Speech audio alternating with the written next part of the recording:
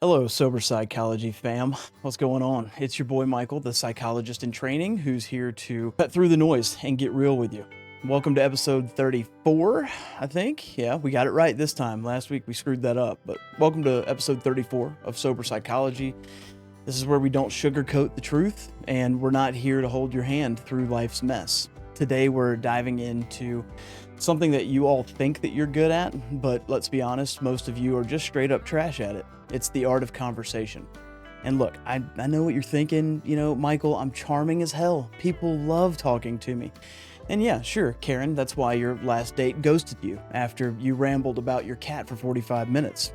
Oof. Here's the deal. Conversation isn't just talking. It's a skill, a psychological dance, if you will. And most of you are stepping on everyone's toes, but don't worry, never you fear. I'm not just here to roast you, maybe a little bit, I don't know. I'm here to drop some science, some hard truths, and a few tips to make you the kind of person that people actually want to talk to. By the end of this episode, hopefully, you'll know why your conversations are crashing and burning, what psychology says about fixing them, and how to wield words like a verbal ninja. I said it. Plus, we're going to get raw, we're going to get real, and maybe a little dark, because that's how we roll on Sober Psychology. So grab a coffee, or if you're feeling spicy, maybe something stronger, I don't know, and let's just go ahead and get into it. Welcome to the show where we break down the mental health stigma, navigate sobriety with humor, and prove that it's okay to laugh while you heal. Let's get real, let's get honest, and maybe a little weird. Growth is messy, but you don't have to do it alone. This is Sober Psychology.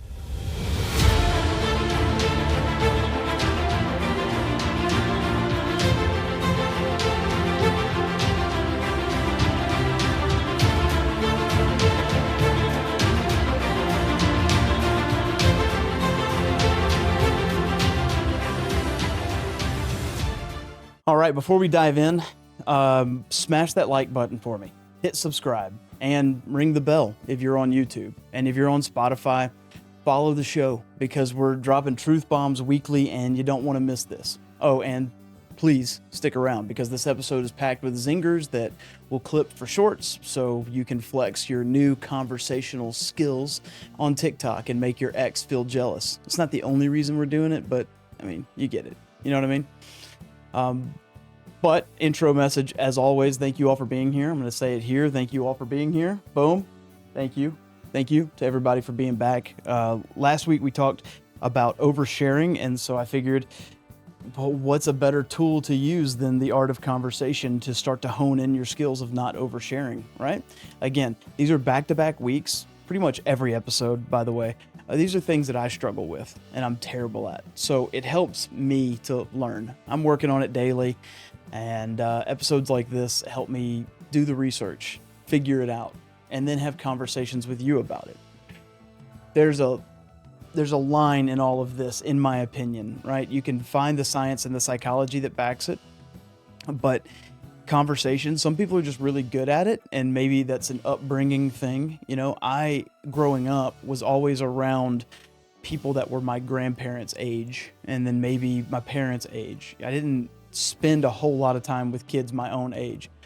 So naturally, I was pretty proficient at conversations. But then you add in things that I experienced in my life, like we've talked about with the childhood trauma of feeling like I have to prove myself. I have to continue to overshare in order to be worthy of your affection. Things like that can slowly but surely enter in to destroy your ability to converse with others. Same thing with ego. We've got a lot of ego in our culture today. I think a lot of that is stemmed from possibly social media. I looked into it a good bit.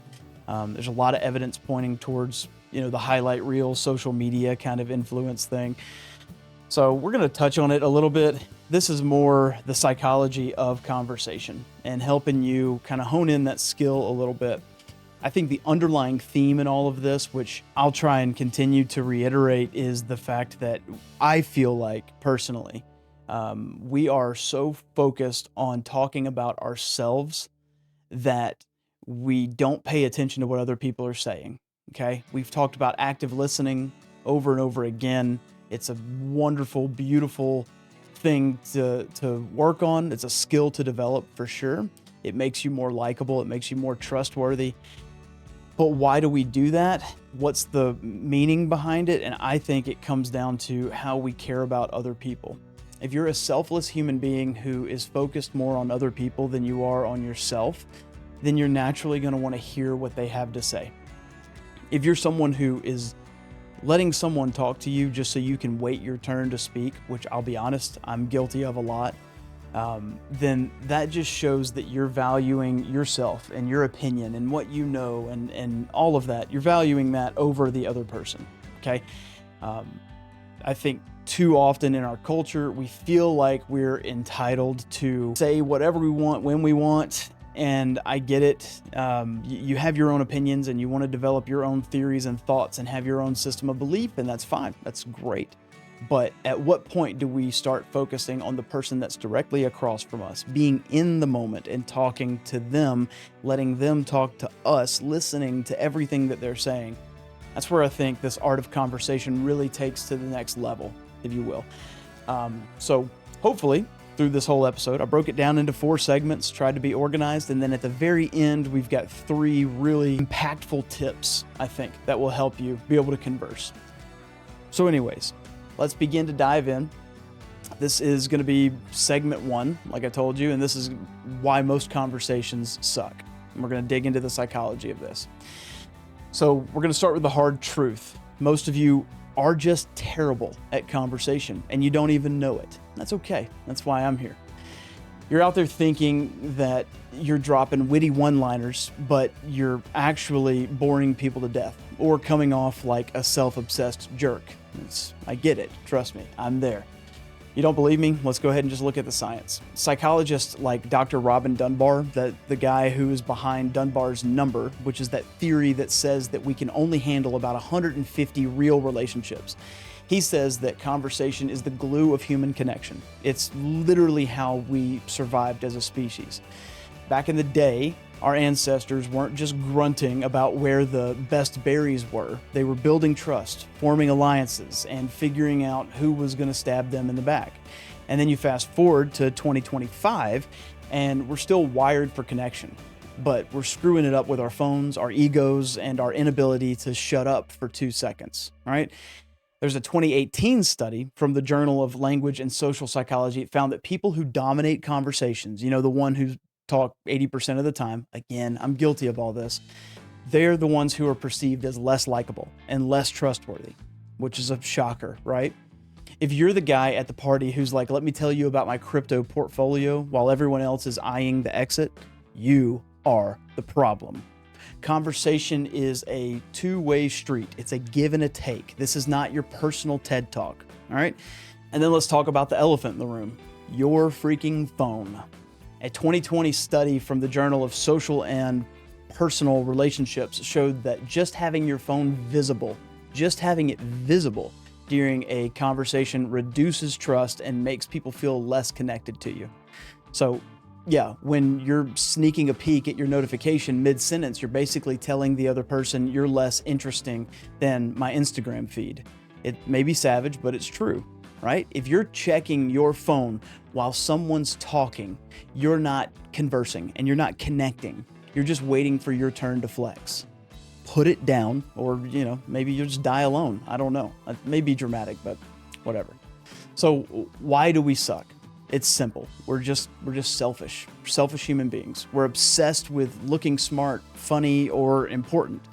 But here's the dark truth behind all of it. Nobody cares about your highlight reel. Okay, I'm learning this. At 36 years old, I'm learning this. They care about feeling heard. If you want to be a better conversationalist, stop trying to win the conversation and start trying to connect. Okay, this is all about connection. We talk about this a lot, about being in the moment. If you're so focused on what's going to happen and you're future tripping on that and you miss everything that's happening in this moment, people aren't going to trust somebody like that. You're not going to connect with anybody. This is all about connection, and we go back to our ancestors all the time and the cavemen and whatever, but tribal connection is hyper important for survival. And we do this. I know that today it's tough because we're the most connected generation that has ever existed, yet we feel most disconnected. Okay. we focus so much on our technology. We focus so much on our ability to just quickly see a notification. Like I get it. It's an easy trap to get into. It's this dopamine rush, right? If you feel wanted, you feel important because you're getting notifications, you're posting something online because you're getting likes and views and whatnot. It's a dopamine rush. And we become more addicted to that than we do connecting with other people.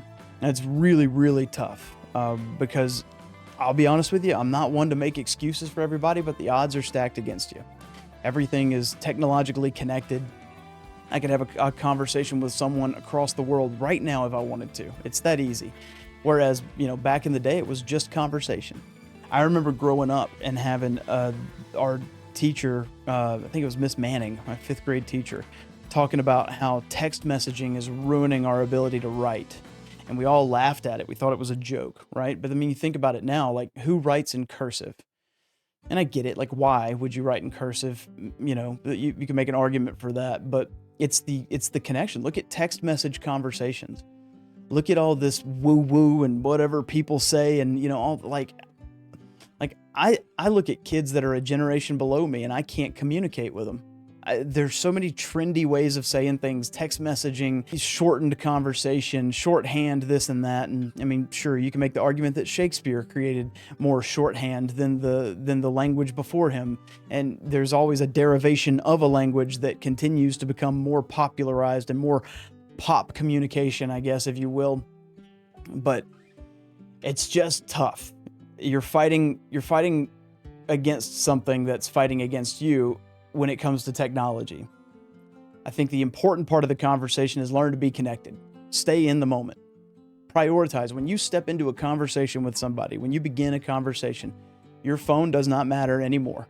What you have going on in 3 weeks does not matter anymore. What happened 3 weeks ago does not matter anymore. Be in that moment. Live in that moment. Listen to what that person is saying, not because you have an angle, but because you care about what that person is saying. And I think that's very important. But what do I know, right?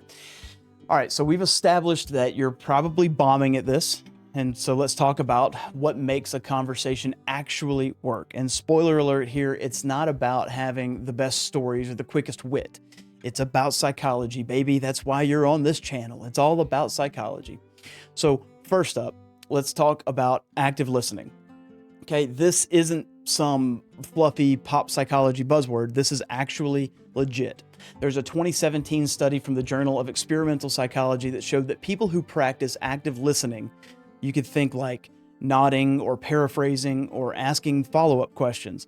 These people are rated as more empathetic and more likable. And here's how that works psychologically. When someone is talking, don't just wait for your turn to speak. Actually listen. Like, hear the words, process them, and then respond like a human, not a robot. Okay?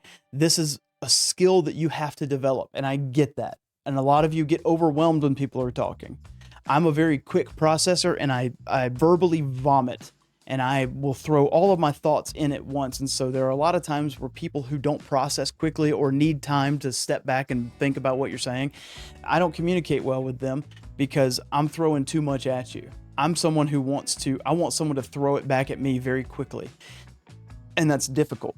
So an active listening situation would be picking one thing out of what I'm saying and just repeating it back to me like in your own words, not like a robot, okay? And this is tough to do. Everybody has different ways of communicating, right? But this is a skill that you begin to develop. Much like neuroplasticity, we've talked about your brain can continue to change when you start working on different skills. This is part of that, right? You're going to learn to open up in conversation. You're going to learn to ask open-ended questions instead of closed questions. You're going to begin to listen more intently. This is also an incredible skill if you're taking classes or you're doing school or you're doing an interview, whatever.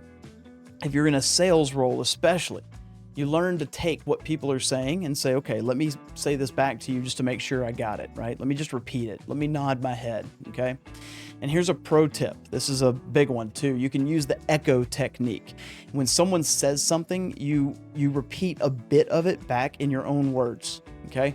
Like if your friend says, man, my boss is driving me nuts, and you say, damn, your boss sounds like a nightmare. What's he doing now? Okay, boom, right there.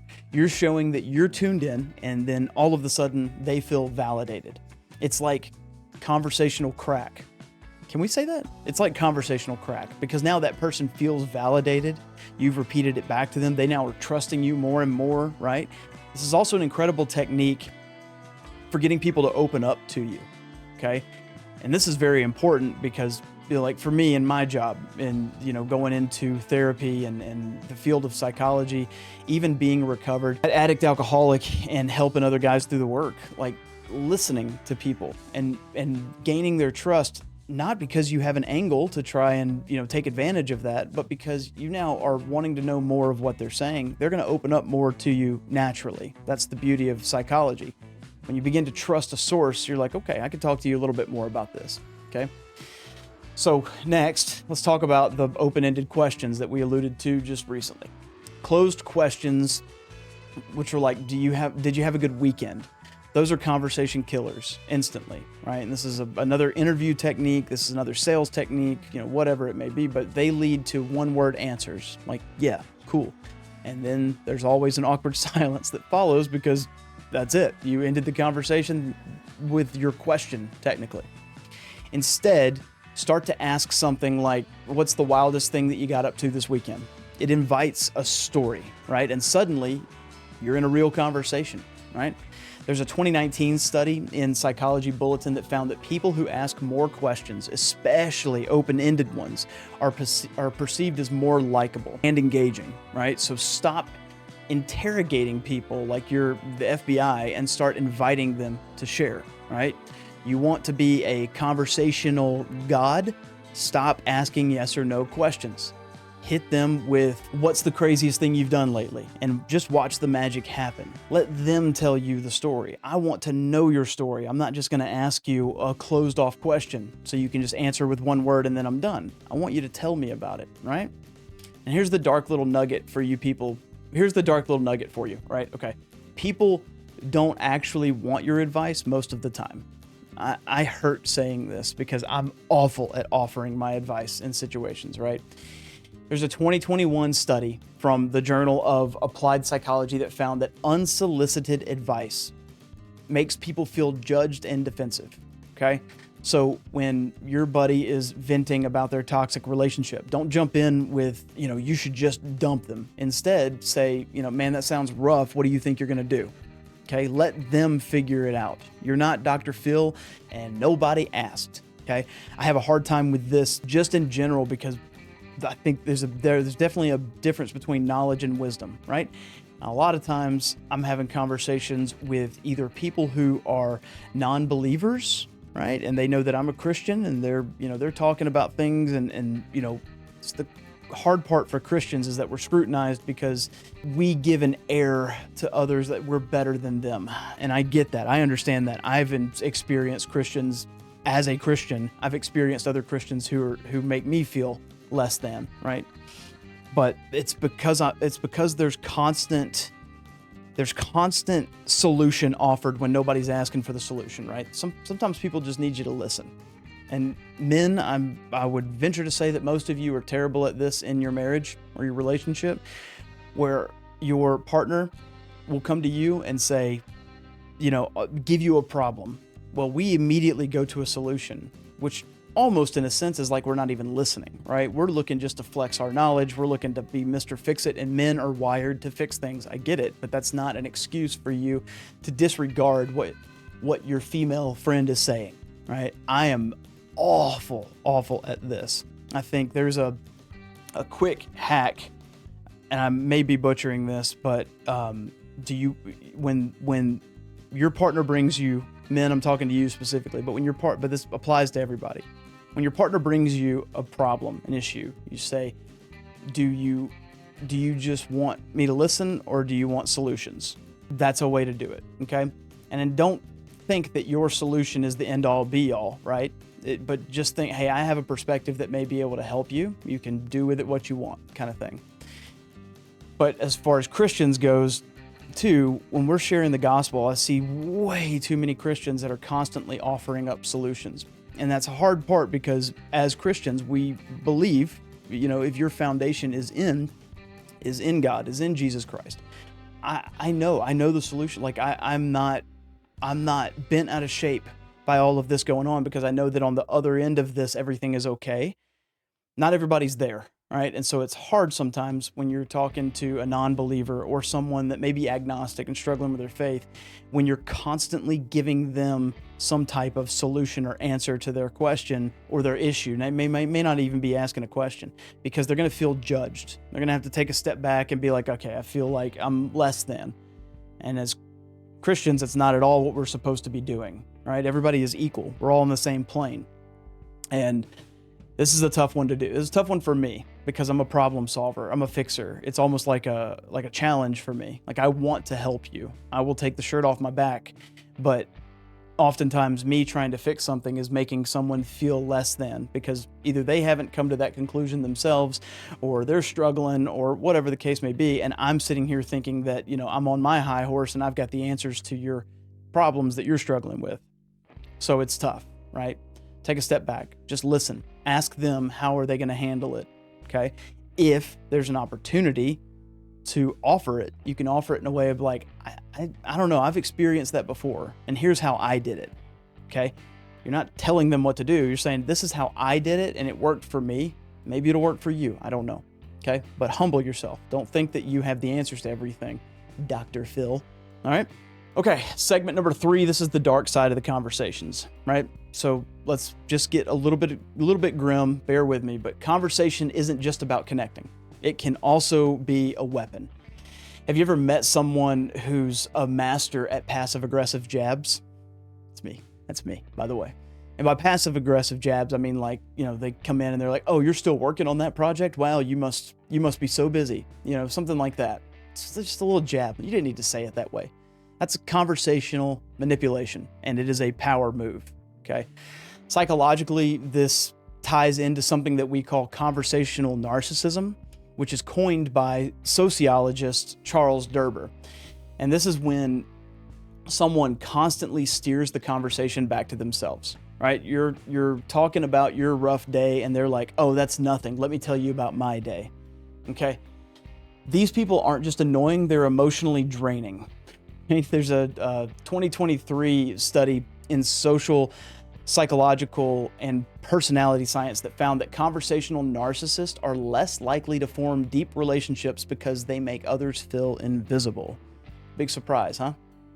But if you are around someone who is constantly turning the conversation back to themselves, they never hear what you're saying because all they're doing is waiting for their turn to talk. And every time you say something, which may be very big for you, right? You may be telling about something that you're struggling with or something that happened to you, and they're like, "Oh, that's nothing. Let me tell you about this." It's conversational narcissism. And you treat that just like you do any other narcissist, okay? You call it out, and if it's not respected, you leave. Or maybe you just leave altogether, right? Don't get me started on gaslighting in conversations either, right? You know those people who twist your words just to make you doubt yourself. Like, I never said that. You're overreacting. That's not just bad conversational skills. It's psychological warfare. And if you're doing this, stop it. You're not slick. You're just a jerk. And if you're on the receiving end of this, call it out or walk away, period. That's it. Life's too short for these dumbass mind games, okay? I have been the person who does this. And I'm grateful that the people in my life that I was doing this to walked away, okay? As a narcissist, that's the worst thing. You just don't give them attention anymore, okay? If someone keeps turning your story into their TED Talk, they're a conversational narcissist. You shut it down or you ghost them. Your sanity deserves a lot better, okay? Here's the brutal truth of it all, though. Some of you are so scared of silence that you would rather spew nonsense than let a conversation actually breathe. All right. And newsflash, silence is powerful. It's a weapon. It's wonderful, right? There's a 2016 study in Frontiers in Psychology that showed that well-timed pauses make you seem more thoughtful and more confident. So stop filling every gap with or random facts about your dog's diet. Let the moment sit. It's not awkward. It's strategic. Breathe. It also, going back to previous episodes that we've talked about, we pause when agitated or doubtful, right? That doubtful or even agitated, that falls into the idea of like getting worked up or feeling like you have to constantly talk to fill that void. Just pause for a second. Someone tells you something, pause. Not only take a moment to digest what they just said and internalize it, but also take a moment to think about what you're about to say before you just start spitting nonsense into everything. I get it. Some people are faster at processing these thoughts and verbalizing them than others. That's okay. Take your time, right? That's the beauty of being in the moment. If you're in the moment, then nothing's actually rushed, right? You're enjoying that moment. That moment is of vital importance. If all you're thinking about is the future, and you're thinking about, oh, I have to check this notification, I got to get to this and that, you're not actually in the moment. Therefore, when you're talking with someone, you're not going to be listening to them. You're thinking about, where's my exit plan? Okay. So anyways, segment 4, final segment. Here we go. How to level up your conversation game. I promised y'all we were going to get into this. We're going to do it. I'm about to give you some freaking tools. Let's talk about how to not suck at conversation. I'm going to give you 3 actionable tips backed by science to make you the kind of person that people can't stop talking to. Okay. Tip number 1, master the art of mirroring. This comes from neuro-linguistic programming, which you all know as a psychologist, as someone who's a psychologist in training, we love our acronyms. So NLP, neuro-linguistic programming. It sounds like some nonsense, but it's actually got legs. There was a 2018 study in Psychological Science that found that subtly mimicking someone's tone, pace, or even their body language makes them feel more connected to you. Okay. Don't go full on copycat because that's just really creepy. But if they're chill and they're just, they're leaning back, enjoying a vibe or what that match that vibe, right? If they're high energy, crank it up a little bit, move around a little bit, use your hands, and hands as animation. I don't know. It's like syncing your Spotify playlist to their mood, right? This is a bonus tip. This one, I actually didn't even write this down, but this is a good interview tip. If you're sitting across a table with someone, it's really just a connection tip. But if you're sitting across a table with someone, and let's say, we'll go to this camera real quick because it's tough. Well, we got to zoom out. Anyways, if you're sitting across a table from someone and you're locking your fingers like this while you're talking to them, that's seen as a sign of aggression in some cultures, right? But psychologically, subconsciously, it's going to make the other person feel like you're being more defensive. I hit the record button incorrectly, so this is a weird cut. But anyways, if you're locked in like this, sitting across the table from somebody, it's going to make them feel like you're more defensive, right? And this is also, interrogators will use this, right? To watch somebody. Like if you're crossing your hands like this while you're talking, that's a more defensive. If you're balled up with your fist and you're sitting there like this, or if you have your fists, clenched like that too, that tends to show that you're lying or that you're forcing a conversation, right? And that's a defensive mechanism, right? So if you're sitting down across the table from somebody and you're able to just calmly like overlap your hands, right? Or even like a palms up approach. Like I'm just sitting at the table and I'm just, fiddling with a fork or whatever it may be. Like that's more of an open posture. Okay, that's another little mental hack, little mental tip that you can do. The same thing goes if you're like standing up. If you're standing up and you're talking to someone and you got your arms crossed and you're all shut off, like that's a defensive thing, right? And that's, neurologically, we are constantly trying to protect ourselves, right? It's for survival. So if you get to this point where you're like covering the soft spot of your belly, that tends to be one of those areas that shows that you're either lying or you're very uncomfortable. You feel like you're needing to be defensive in that sense. So if you're in a moment, you're actually relaxed and calm and talking, you're open palm, like I'm relaxed, I'm chilling. Okay. So that's not necessarily a mirroring aspect, but I'm just saying if someone's talking to you and they're relaxed and they're calm and you're all clenched up, that's tough for them to fully listen to you because it's giving off this vibe, whether it be noticed or not, it's giving off this vibe that they may need to be defensive as well. Okay. Tip number 2, be vulnerable, but don't be a mess. Okay. Brene Brown, who is the queen of vulnerability, has been banging this drum for years and the science backs her up. There's a 2020 study in the Journal of Social and Personal Relationships that showed that sharing something personal, but not TMI, builds trust and deepens conversations. So instead of bragging about your promotion, say, man, this new job's got me stressed, but I'm kind of proud that I pulled it off. It's real and it's human and it invites the other person to open up as well. All right. And final tip number 3, Know when to shut up. This is big. I talk about this all the time with myself because I do this like in my prayer life. I'm constantly telling God what I need. I'm constantly talking about what I want. And it's never, let me just shut up and listen to what you want from me. Same thing goes in conversations, human to human, right? Like, know when to shut up. This one is my favorite because it's so damn rare and I am so damn bad at it, right? There was a 2019 study from Harvard Business Review that found that people who speak less but say more meaningful things are perceived as more influential, okay? So cut the fluff. If you're rambling, if you're going to start to lose the other person, right? Or the crowd or the audience, whatever. Practice the whole less is more rule, or, say what matters and then pass the mic off. I don't know. Quality over quantity. Know when to shut up. You want to be unforgettable? Say less.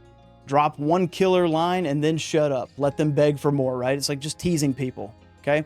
I am awful at this. This coincides with our oversharing episode that we had last week, and that's probably the most difficult aspect for me in conversation, period. Way too much of an oversharer. I am. Anyways, one last thing. Humor is your secret weapon. There's a 2022 study in Humor Journal that found that well-timed humor, especially self-deprecating humor, makes you more approachable.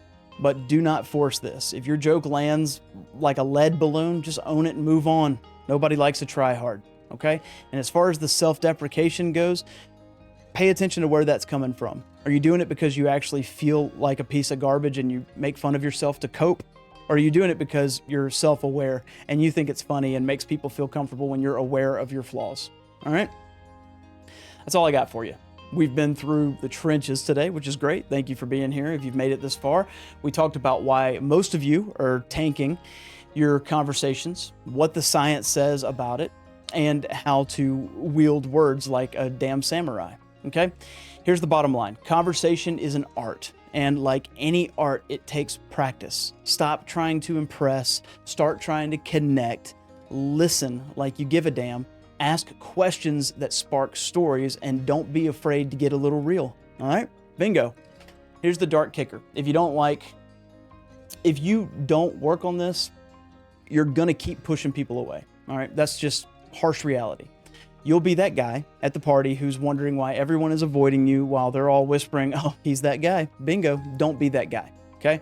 Be the one who makes people feel seen, makes them feel heard, and, maybe even a little less alone, right? These are all skills that you can work on. So go out there and practice, period. Have one real conversation this week. No phones, no ego, no notifications, just you and another human vibing like humans should, right? Then come back and tell me how it went in the comments. I'd love to know. I'd love to do like a little case study on this. That'd be great. One conversation can change everything.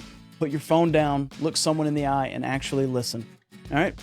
That is it for this episode of Sober Psychology. If you loved this, smash the like button, subscribe, and share it with someone who needs to hear this. Probably your friend who won't shut up about their gym routine. If you're on Spotify, drop us a 5-star rating because it helps keep the lights on. Please. Thank you. Next week, we're diving into something even juicier. So prepare your hearts. Stay tuned. Until then, keep it real, keep it sober, and keep talking like you mean it. Keep your head up. Keep your heart open. And go help somebody. Love you guys.